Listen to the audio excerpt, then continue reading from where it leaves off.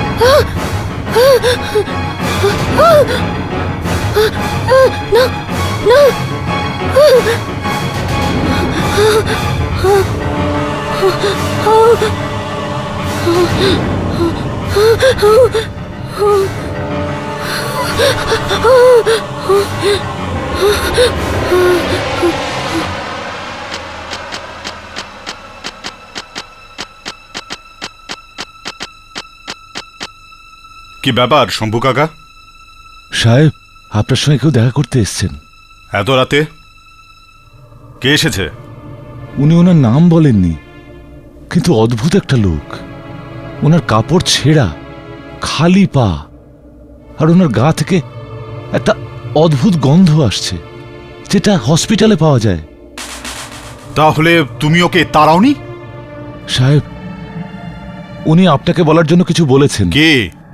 উনি বললেন যদি আপনি শোনেন তাহলেই ওনার সঙ্গে দেখা করবেন। কি বলেছে ও? 16, 11, 77। এই নাম্বারটা মনে আছে না বিনয়? না ভুলে গেছো? 16, 11, 77। এই নাম্বারটা তুমি কি করে জানলে? আর আর তুমি কে? আমি কে খুব তাড়াতাড়ি জেনে যাবে। শম্ভু কাকা, তুমি একটু বাইরে যাও, আমাকে ওর সঙ্গে কিছু কথা বলতে হবে। হ্যাঁ।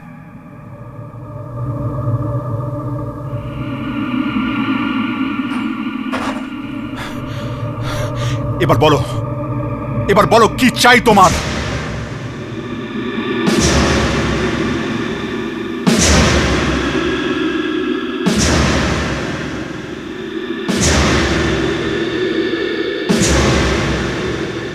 আমি একটা জিনিস নিতে এসেছি।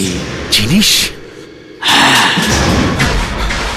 না না না, তুমি আমাকে মারতে পারো না। শম্ভু কাকা, শম্ভু কাকা! না সাহেব! না, কেউ আছে? আরে সাহেব, আরে আরে কেউ আছেন এখানে? আরে সাহেবকে মেরে ফেললো! আরে কেউ এসো! আরে আরে সাহেবকে মেরে ফেললো!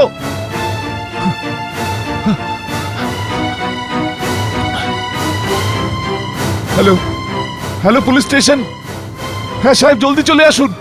আমার সাহেবকে একজন লোক খুন করে দিচ্ছেন। হ্যাঁ হ্যাঁ, খুন।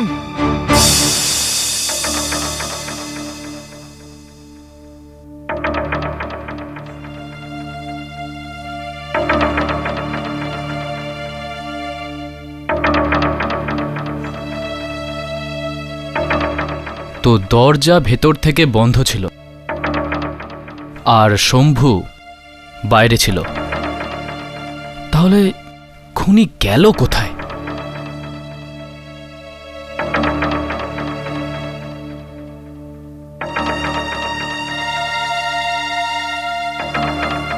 ইন্সপেক্টর ধরম, হ্যাঁ স্যার।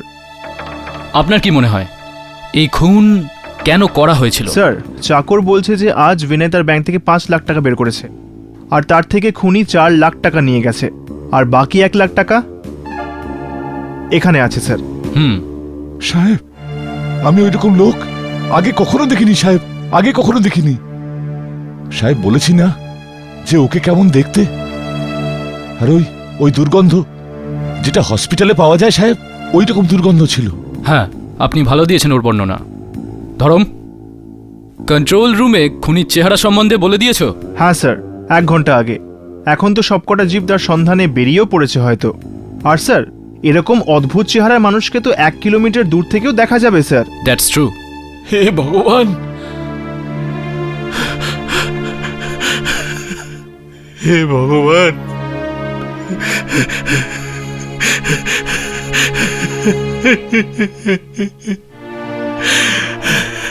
আপনি কে? আমি আমি আমি ইন্সপেক্টর সাহেব রবি, ওর বন্ধু। আপনি বলতে পারেন যে এই খুনটা কে করেছে? আমি আমি আমি কি করে বলবো কে করেছে? আমি আমি কিছু জানি না। হ্যাঁ স্যার, আমি ইন্সপেক্টর ভার্মা বলছি। ওই খুনিটাকে পেয়েছি স্যার। তাই? কোথায়?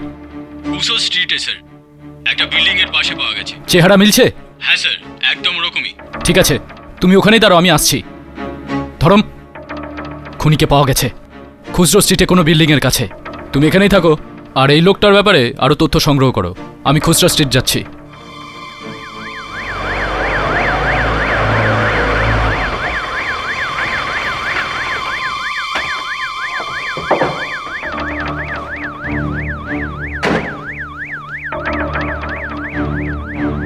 স্যার, খুনি পেয়ে গেছি স্যার, কিন্তু ওর কাছ থেকে কোনো টাকা পাইনি।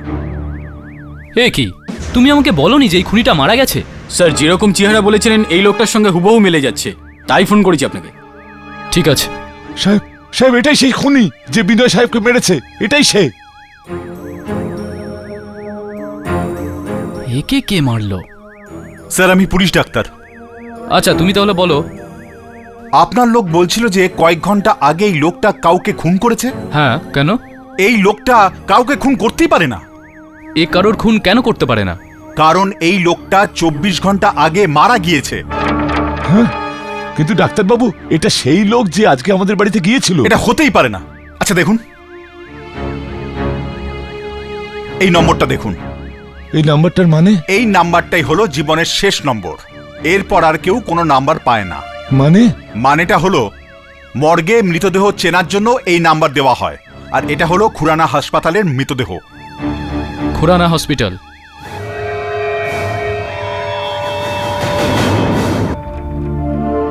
আসুন স্যার। এইটা স্যার।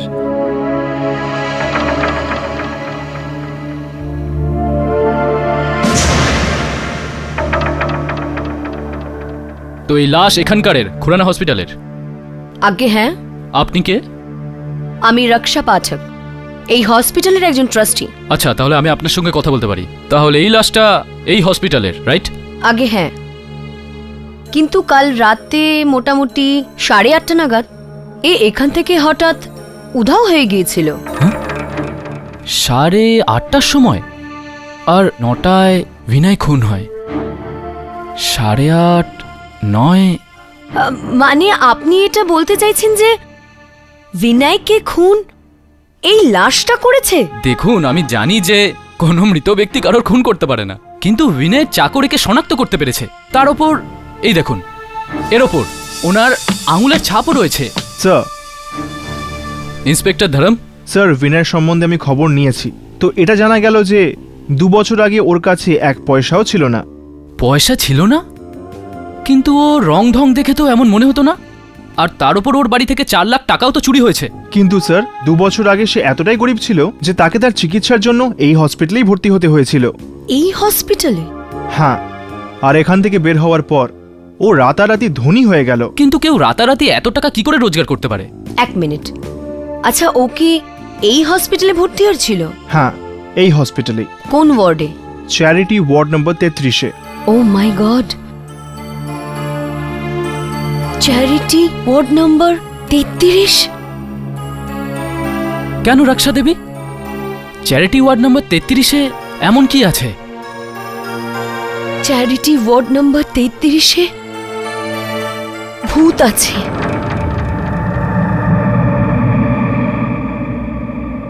রক্ষা দেবী, এটা আপনি কিভাবে বলতে পারেন যে ওয়ার্ড নাম্বার 33-এ ভূত আছে? আপনার আমার কথায় বিশ্বাস হচ্ছে না তো ইন্সপেক্টর মদন, কিন্তু এটা সত্যি। গত 2 বছর ধরে এখানে অদ্ভুত অদ্ভুত ঘটনা ঘটছে। অদ্ভুত ঘটনা বলতে আপনি কি বোঝাতে চাইছেন? অদ্ভুত সব শব্দ, লাইট আপনা আপনি অন অফ হয়ে যায়, জিনিসপত্র আপনা আপনি পড়ে যায়। কখনো কখনো এরকমও মনে হয় যেন সামনে থেকে কেউ এগিয়ে চলে আসছে। আপনি বলতে চাইছেন ওয়ার্ড নাম্বার 33-এর ভূত?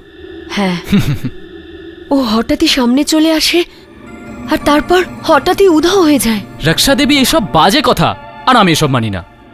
আমিও এসব বিশ্বাস করতাম না, কিন্তু ওয়ার্ড নম্বর 33-এ চোখের অপারেশন হওয়ার পর ডক্টর একজন রোগীর চোখের ব্যান্ডেজ খুলছিল।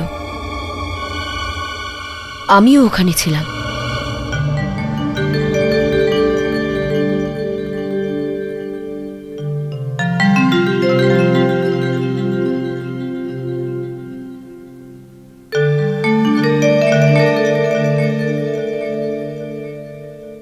ধীরে ধীরে চোখ খোলো। কিরম লাগছে তোমার?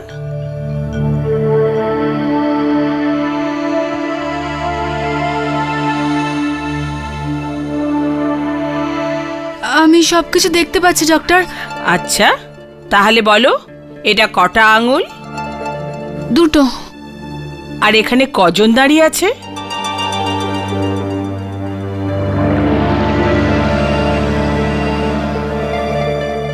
পাঁচজন। 5?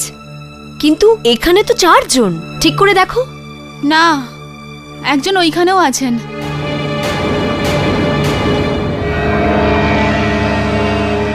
কে তুমি? ঠিক করে দেখা দিচ্ছ না কেন? কে তুমি?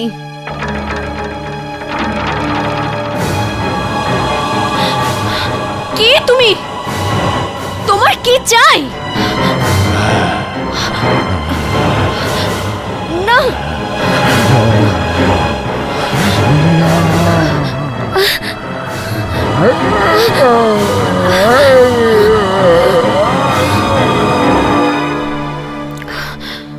আমি নিজের চোখে ওই ভূতকে দেখেছি। ও যেন আমাকে কিছু বলার চেষ্টা করছিল। সরি রক্ষা দেবী, আমার কাছে আপনার এই গল্প বিশ্বাস করা একটু কঠিন। আপনি বিশ্বাস করুন বা না করুন, কিন্তু এ সব সত্যি। লাইট আপনা আপনি অন অফ হয়েছিল, জিনিসপত্র আপনা আপনি নড়েছিল, আর কাল রাতেও এই সব কিছু হয়েছিল। আচ্ছা, কি হয়েছিল? কাল রাতে প্রত্যেক দিনের মতো রাত 8:30 নাগাদ আমি আমার রুটিন রাউন্ডসে বেরিয়েছিলাম, আর হঠাৎ লাইট অন অফ হতে লাগলো, জিনিসপত্র আপনা আপনি নড়তে লাগলো, আর ওই ভূত। রক্ষা দেবী, আমি আপনার কথা কি করে বিশ্বাস করব?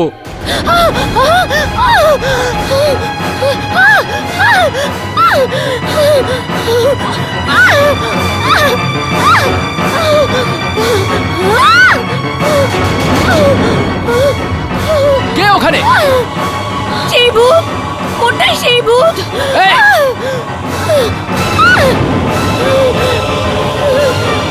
এই দাঁড়াও ওখানে!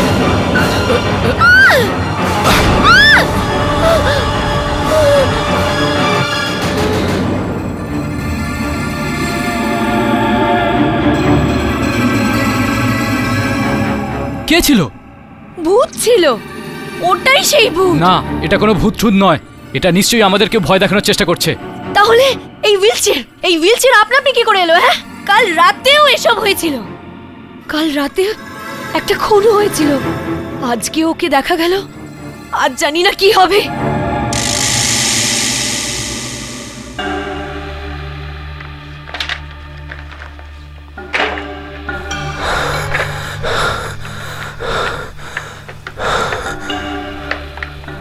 ভাই, হ্যালো, কে আকাশ? হ্যাঁ ভাই, আমি মধুর বলছি। তুই আজকে পেপার পড়েছিস? না। ভাই, বিনয় খুন হয়েছে। কি? আমার তো ভয় করছে যে এই খুনের সাথে আমাদের অতীতের কোনো সম্পর্ক নেই তো।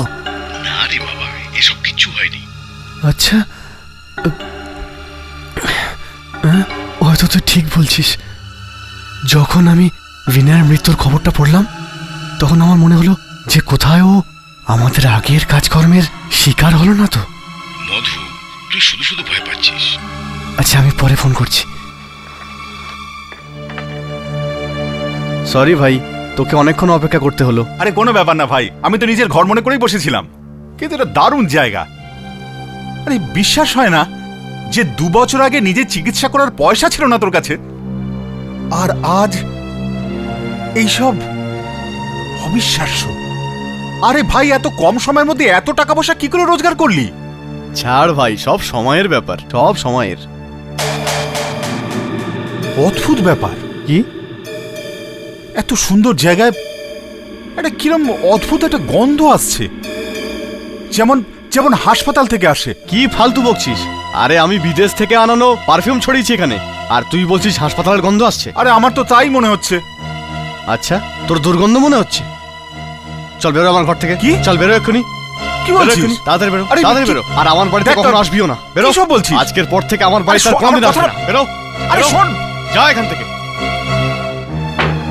অদ্ভুত লোক, দুর্গন্ধ পাচ্ছে ও। বিদেশি পারফিউমকে হাসপাতালের গন্ধ বলছে। আরে এই ঘরে দুর্গন্ধ তো আসছে। পরের বার নতুন পারফিউম নিয়ে আসবো আমি। চলে এলো আমার কাছে ক্ষমা চাইতে।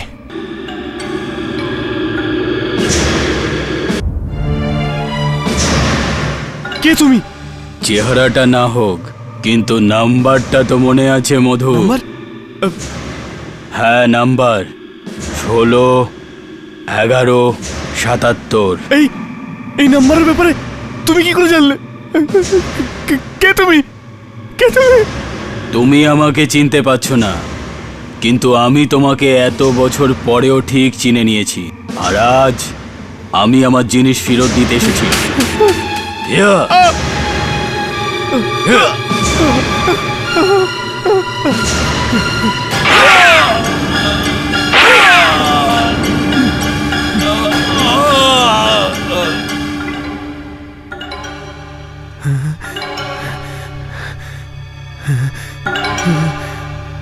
মারা গেছে। যে আগেই মারা গেছে তাকে তুই কি করে মারবি?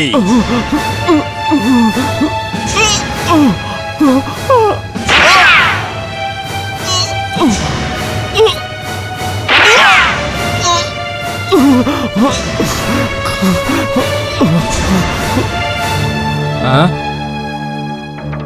আচ্ছা ঠিক আছে, বডিকে পোস্টমর্টমের জন্য পাঠাও।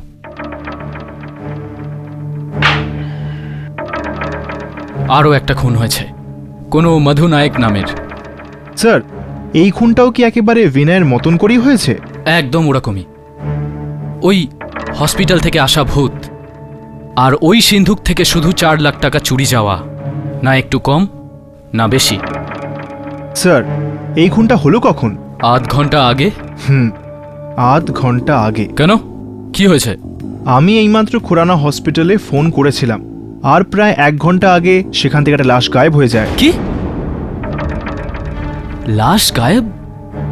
কিন্তু একটা মৃতদেহ নিজের থেকে গায়েব কি করে হতে পারে? মনে হচ্ছে খেয়ে আছে। দাদা, আমি আপনাকে কোনো সাহায্য করব? কাজ হয়ে গেছে, কাজ হয়ে গেছে। এখন আমার এই শরীরের আর কোনো প্রয়োজন নেই। এখন আমার যাওয়া উচিত। আমি বদলা নেব, বদলা নেব, আমি বদলা নেব, আমি বদলা নেব, আমি বদলা নেব।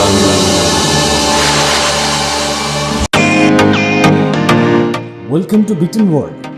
How may I assist you? নতুন ফ্ল্যাটের জন্য একটা স্ট্যান্ড ফ্যান আর কুলার নেব। এই পচা গরম থেকে একটু স্বস্তি চাই। বাজার চলতে সব ব্র্যান্ড আর ভরসাযোগ্য নয়। তার জন্য তো আমাদের ফ্যান আছে, all purpose bullet table fan, ceiling fan. আমাদের সিলিং ফ্যান কিন্তু 30 মাসের ওয়ারেন্টি সহ পাওয়া যায়।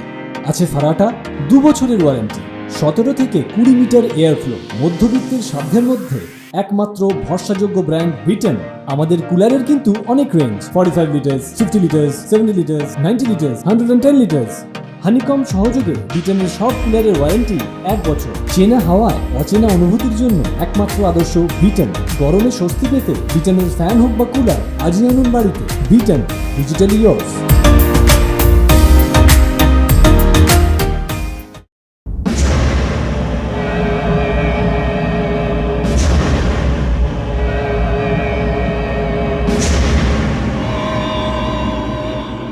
এটাই সেই পিস্তল যেটা দিয়ে মধু খুন হয়, আর এর ওপর এই লোকটার আঙুলের ছাপ আছে। ইন্সপেক্টর মদন, এটা হতেই পারে না। আপনি বলছেন খুন খানিকক্ষণ আগে হয়েছে, কিন্তু এই লাশ তো গত 2 দিন ধরে এই মর্গের ঘরে পড়ে আছে, এখানেই। দ্বিতীয়বার এমনটা হলো যে এখান থেকে একটা লাশ বেরোয় আর খুন করে। এখন লাশ লোককে মারতে শুরু করেছে। যখন যখন ওয়ার্ড নাম্বার 33-এ ভূত দেখা যায়, তখনই এখান থেকে কোনো না কোনো মৃতদেহ গায়েব হয়ে যায়। আচ্ছা, হয়তো ওই ভূত এই মৃতদেহদের মধ্যে ঢুকে খুন করায়। আর আপনি জানেন, যেই লোকটা এই মৃতদেহ পেয়েছিল সেও বলেছিল এর থেকে কোনো জিনিসকে এর থেকে বেরোতে দেখে। এক মিনিট, হয়তো কাজের চাপ আমরা একটু বেশি নিয়ে নিয়েছি, এই জন্য আমরা যা তা বলছি। আমাদের জন্য এটা জানা জরুরি যে এই খুনগুলো কেন হচ্ছে। আর একটা বড় অদ্ভুত ব্যাপার কি, বিনয়ের মতো মধু এই হসপিটালে ভর্তি ছিল, ওয়ার্ড নাম্বার 33-এ।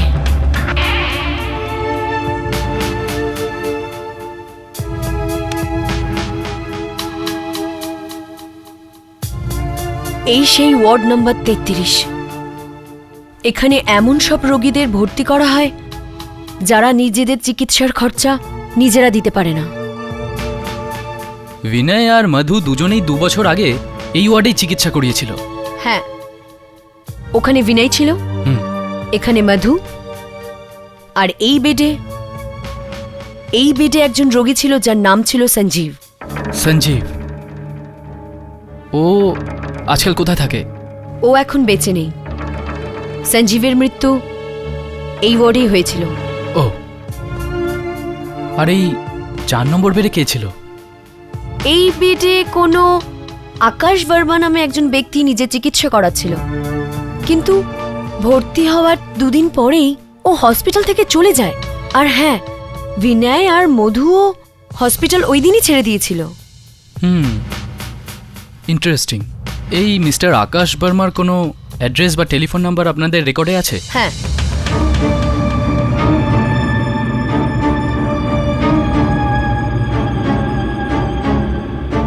আরে আকাশ বাবু, এসব কি? আপনি এত ভয় পেয়েছেন কেন? আমার হার্ট অ্যাটাক হয়েছে। এখানে এত সিকিউরিটি, আপনার কিসের ভয়? এসব আমি সঞ্জীবের থেকে বাঁচার জন্য করেছি। সঞ্জীবের থেকে? ও বিনয় আর মধুকে খুন করে দিয়েছে। এবার আমার পালা। সঞ্জীব বিনয় আর মধুকে খুন করেছে? এ কি বলছেন আপনি? এই জন্য আমি সমস্ত টাকা ওখানে রেখে দিয়েছি, পুরো 4 লাখ। 4 লাখ টাকা? মিস্টার আকাশ, আসল ব্যাপারটা কি যার কারণে আপনি সঞ্জীবকে এত ভয় পাচ্ছেন? আমি আপনাকে সব সত্যি করে বলবো। আমরা 3 জন, আরে বিনয়, মধু আর আমি খুরানা হসপিটালের চ্যারিটি ওয়ার্ড কম্পার্টমেন্ট নাম্বার 33-এ ভর্তি ছিলাম। সঞ্জীব সঞ্জীব আমাদের সাথে ছিল।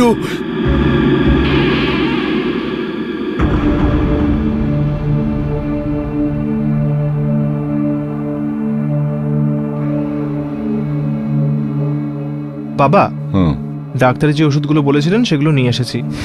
আজকের কাগজটা এনেছো বাবা? হ্যাঁ, এই নাও। সঞ্জীব, আমি তোমাকে এত বছর ধরে জানি, কিন্তু আজ পর্যন্ত তোমাকে খবরের কাগজ পড়তে দেখিনি। কিন্তু যবে থেকে তুমি হসপিটালে এসেছো তবে থেকে তো কাগজ পড়া ছাড়া আর কিছুই ভাবছো না। আছে একটা ব্যাপার। আচ্ছা বাবা, আচ্ছা, নিজের কথা নিজের কাছেই রাখো। আমি হসপিটালের বাইরে একটা কাগজের লোককে বলে দিয়েছি যে প্রত্যেকদিন তোমায় একটা কাগজ দিয়ে যাবে। আচ্ছা বাবা, কলেজের টাইম হয়ে গেছে, আমি এখন আসছি। সন্ধ্যেবেলা দেখা হচ্ছে। আচ্ছা বাবা। দাঁড়া রে, আমাকেও কাজে যেতে হবে। সঞ্জীব, পরে আসবো, নিজের খেয়াল রাখিস। আচ্ছা, আসছি বাবা।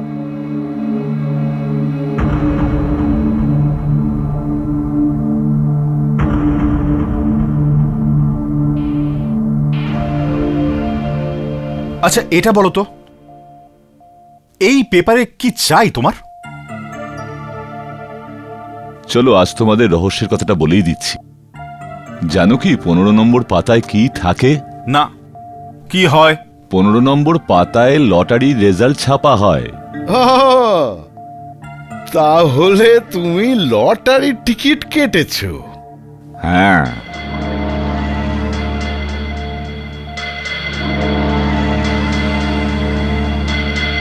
এই হচ্ছে টিকিট।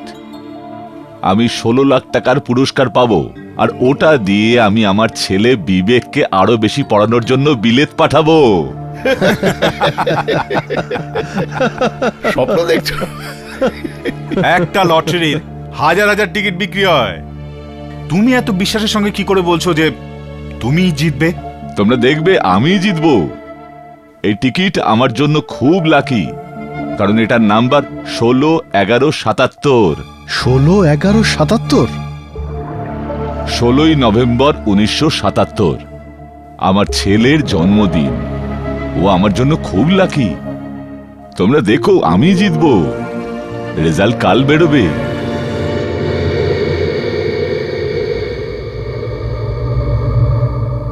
আরে, আপনারা এত সকালে এখানে? এমনি সকালবেলা ঘুরতে বেরিয়েছি। আপনারা কি এই পেপারটা সঞ্জয়বাবুকে দিয়ে দেবেন? হ্যাঁ, কেন দেবো না, নিশ্চয়ই দেবো। আচ্ছা। গুরু, আজই তো সেই লটারির রেজাল্ট বেরোনোর কথা। হ্যাঁ, খোল তো। কি নাম্বারটা ছিল রে? কি যেন নাম্বারটা? হ্যাঁ, 16, 11, 77। 16, খোল, খোল, তাড়াতাড়ি খোল। 16 লেগে গেছে ভাই। হ্যাঁ, আরে ও তো লটারি জিতে গেছে।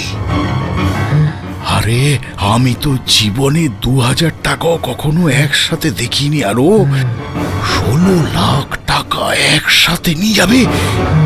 না না না, একটা কথা, লটারি তারই হয় যার কাছে টিকিট থাকে। চল চল চল।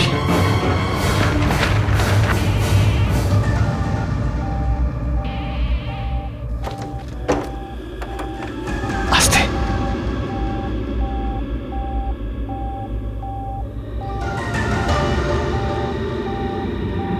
আস্তে, আস্তে উঠে না যায়। ও টের না পায়।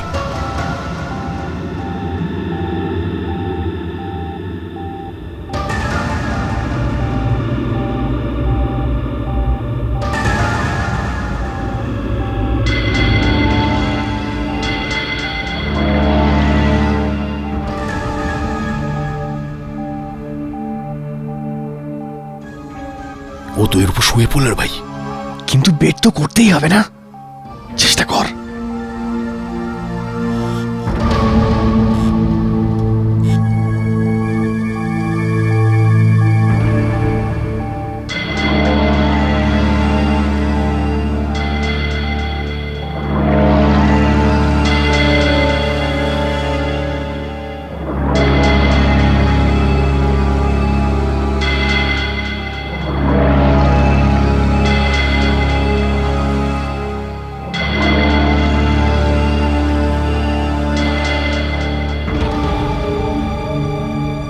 কি করছো তোমরা দুজন? কিছু না, কিছু না তো। ও লটারি জিতে গেছে। দেখো তোমাদের দুজনকে না না আমি এই বেইমানি করছিলে, নিজেদের মধ্যে টাকা ভাগ করা চক্রান্ত করছিলে। না তুমি ভুল ভাবছো, এরকমটা নয়। দেখো আমাদের তিনজনের মধ্যে সমান সমান ভাগ হবে। ঠিক আছে, হ্যাঁ হ্যাঁ এবার একে মারতে হবে। এ কি বলছিস, বলছো তুমি? হ্যাঁ মারতে হবে, কিন্তু কিন্তু কি করে? আমি বলছি, একটু পরেও অপারেশনের জন্য যায়, আর অপারেশনের পর যা কিছু ঘটতে পারে। চিপে ধরো গলা। হ্যাঁ চলো, চিপে ধরো গলা। হ্যাঁ চলো। এখন ওর শরীর কেমন? আপাতত বলছেন যে কন্ডিশন স্টেবল।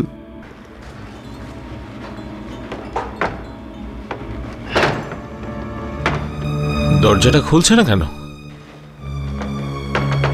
একদম জ্যাম হয়ে গেছে। যাও অফিস থেকে কাউকে ডেকে আনো খুলবার জন্য।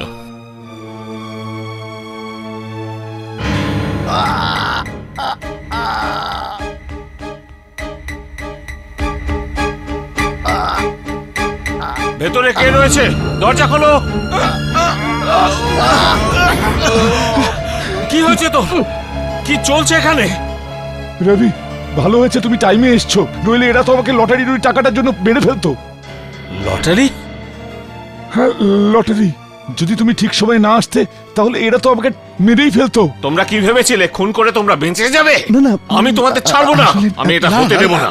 না না না প্লিজ প্লিজ আমাদের ছেড়ে দিন প্লিজ আমাদের। যদি পয়সাটা 4 ভাগ করা হয় তাহলে ছাড়তে পারি। রবি, এটা তুমি কি বলছো? তুমি তো আমার বন্ধু রবি। কি করছো? রবি! তাড়াতাড়ি করো, যা রবি, শোন, করবার রবি! তাড়াতাড়ি করো। আমি দরজা আটকাতে যাচ্ছি। মাই গড, তোমরা 4 জন মিলে সঞ্জীবকে খুন করেছো? আর লটারির টাকা 4 জনে নিজেদের মধ্যে ভাগ করে নি, 4 লাখ টাকা করে। আর এখন কোনোভাবে সঞ্জীব ফিরে এসেছে। আর আমার আর ওই টাকা চাই না। ও লটারি টাকাও ফেরত নিয়ে যাচ্ছে। আপনাকে আমায় বাঁচাতেই হবে ইন্সপেক্টর সাহেব, বাঁচাতে হবে। মিস্টার আকাশ, যখনই আপনার শরীর ঠিক হয়ে যাবে আমি আপনাকে গ্রেপ্তার করব। স্যার, আমাদের লোকজন রবিকে চারদিকে খুঁজছে। ওর বাড়িটা বন্ধ, আর আকাশের কাছেও একজন কনস্টেবল রাখা আছে। গুড, কিন্তু একটা কথা আমার বিশ্বাস হচ্ছে না, যে একটা মৃত মানুষের আত্মা মর্গে মৃতদেহদের ভেতর ঢুকছে আর আর বদলা নিচ্ছে। It's impossible. এটা অদ্ভুত ব্যাপার। হ্যাঁ অদ্ভুত, কিন্তু এই সব মৃত্যুর সাথে সঞ্জীবের সম্পর্ক আছে। ওই আত্মা সঞ্জীবেরই। প্লিজ প্লিজ, আপনি ওই আত্মার থিওরি আপনার কাছেই রাখুন। বিনয় আর মধুর বাড়ি থেকে 4 লাখ টাকা গায়েব হয়েছে। শেষমেশ এই পয়সা গেল কোথায়? হ্যাঁ, এটা তো ঠিক যে একটা আত্মার পয়সার সাথে কি সম্পর্ক। আপনি সঞ্জীব কোথা থাকে জানেন? হ্যাঁ, ওর বাড়ি খুসরো স্ট্রিটে। ওর ছেলে বিবেক এখনো ওখানে থাকে। খুসরো স্ট্রিট? এটা তো সেই জায়গা যেখান থেকে আমরা মর্গে 2টো লাশ পেয়েছিলাম। আমাকে সঞ্জীবের ছেলে বিবেকের সঙ্গে দেখা করতেই হবে। আমি কি করে বলবো যে এই 8 লাখ টাকা আমার কাছে কোথা থেকে আসলো?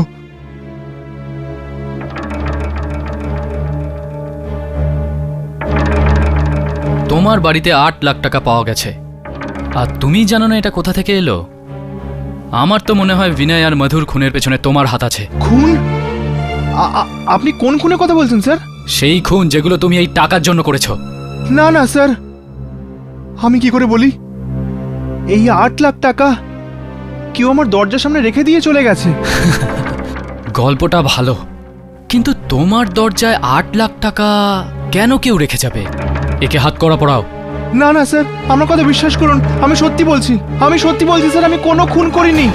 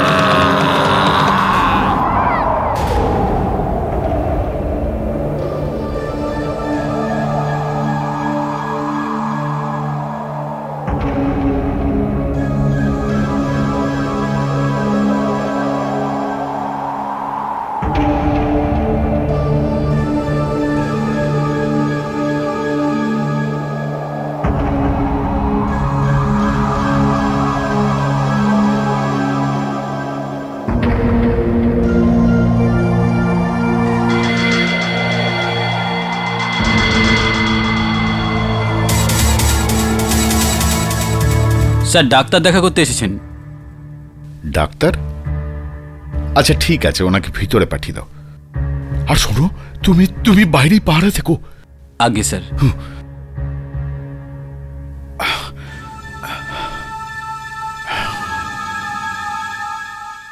যান, স্যার আপনাকে ডাকছেন।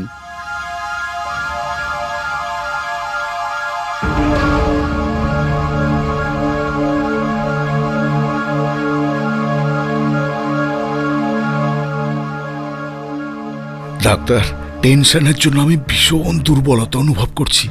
ভয় পেও না, আমি এসে গেছি, সব ঠিক হয়ে যাবে।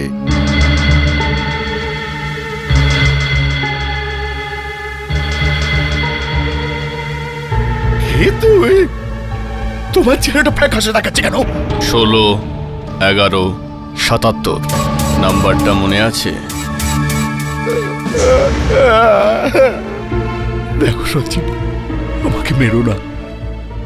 দেখো সঞ্জীব, আমি তোমার সব টাকা ওখানে রেখেছি। চাও তো তুমি সব টাকা নিয়ে যেতে পারো, কিন্তু আমাকে ছেড়ে দাও। একটা শর্তে ছাড়তে পারি। তুমি কি বলতে পারবে আমাকে রবি কোথায়? ও পুলিশ আর তোমার ভয়ে লুকিয়ে আছে। ওকে ডাকো, ওকে বলবে যে আমি ওকে মারবো না। ব্যাস, আমি আমার টাকা চাই। তাড়াতাড়ি করো, তাড়াতাড়ি করো। ইন্সপেক্টর স্যার, আমি সত্যি বলছি, আমি কোনো খুন করিনি। হ্যাঁ, এই কথা আমি স্বীকার করছি যে আমার টাকার খুব দরকার, কিন্তু এতও নয় যে তার জন্য আমি লোকজনদের খুন করে বেড়াবো। যদি তুমি নির্দোষ হও তো খুনিটাকে। আমি সেই। আরে বাবা, তুমি এখানে? হ্যাঁ, আমি সঞ্জীব। আমি বিনয় আর মধুকে খুন করে টাকাটা নিয়ে বিবেকের দরজার বাইরে রেখেছিলাম। আমি আবারও খুন করব না, আমি তোমাকে এভাবে যেতে দেব না। আমি খুন করব। তুমি একটা আত্মাকে কি করে মারতে পারো ইন্সপেক্টর? আমার ছেলেকে ছেড়ে দাও, আমার ছেলেকে ছেড়ে দাও, আমার ছেলেকে ছেড়ে দাও। বাবা, বাবা, বাবা!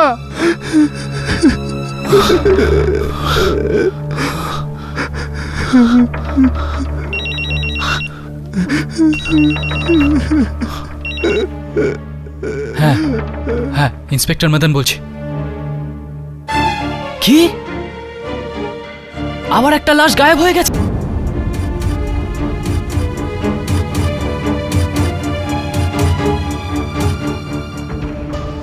আরে, এটা তো সেই মৃতদেহটাই যেটা মর্গ থেকে গায়েব ছিল। আকাশ কোথায় গেল? এখানেই তো ছিল। আর টাকাও তো উধাও। সাহেব, প্রথমে ডাক্তার এলেন, তারপরে আকাশ সাহেব ঘর থেকে বেরিয়ে গেলেন একলা, বলে গেলেন কোনো একটা কাজ আছে আর্জেন্ট। আমি ভিতরে দেখতে গেলাম আসলে ডাক্তারবাবু করছেনটা কি। তখন দেখলাম এই লাশটা পড়ে আছে। শোনো, আচ্ছা আকাশকে কি অন্যরকম লাগছিল? হ্যাঁ ম্যাডাম, ওনার গলা খুব অদ্ভুত লাগছিল, একদম ফ্যাঁস ফ্যাঁসে। তার মানে যে লোকটা এখান থেকে গেছে ও আকাশ নয়, ওটা অন্য কেউ। তার মানে হলো সঞ্জীব মৃতদেহের মধ্যে ঢোকে। ও এখানে এসেছিল এই মৃতদেহের সাহায্যে, আর এখানে এসে ও আকাশকে মারে। Excuse me. হ্যালো, হ্যাঁ বলো। আচ্ছা, আকাশ, আকাশ কোথায় তুমি? আমি রবি। আকাশ,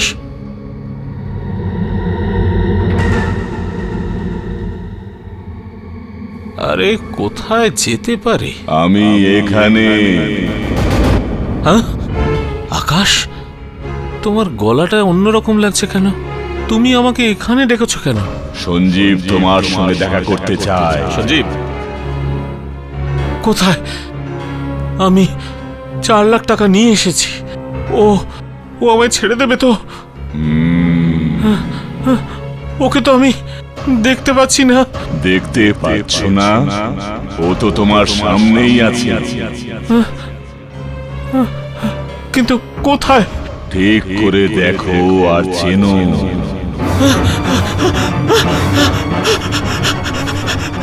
এটা কি হচ্ছে? সঞ্জীব কোথায় আছে? তোমার আমি দেখতে পাচ্ছি সামনে না কেন? দাঁড়িয়ে আছে। না, সঞ্জীব তোমার সামনেই দাঁড়িয়ে আছে। ঠিক করে দেখো আর চেনো।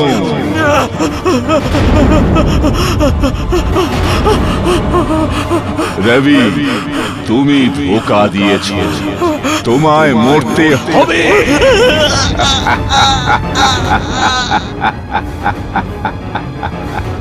আকাশকেও মেরে ফেলেছে।